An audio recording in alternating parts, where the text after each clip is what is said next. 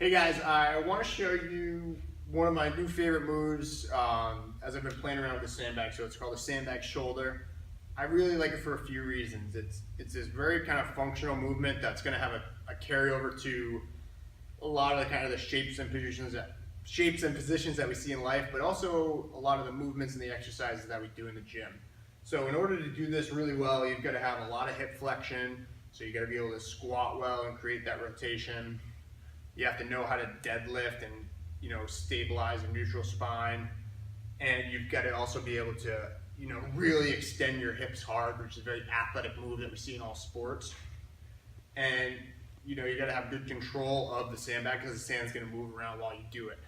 So we're going to have Alex do the shouldering. So the first thing is, instead of like a deadlift where we do that top down setup, with the sandbag, we're going to do a bottoms up setup, meaning he's going to come down into the squat, try to get his hands underneath it.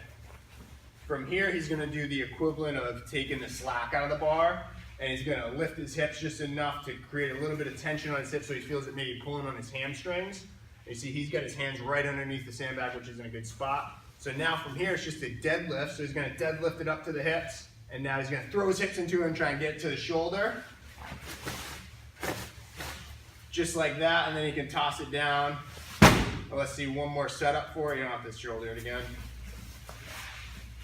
From here, so he's in a good spine position. A little rounding on the thoracic spine is going to be okay for something like this when he's got to get down low. And now he's in that real nice neutral spine shape. A lot of tension on his knees. I can't push it in if I try to. You want to do one more? Yeah.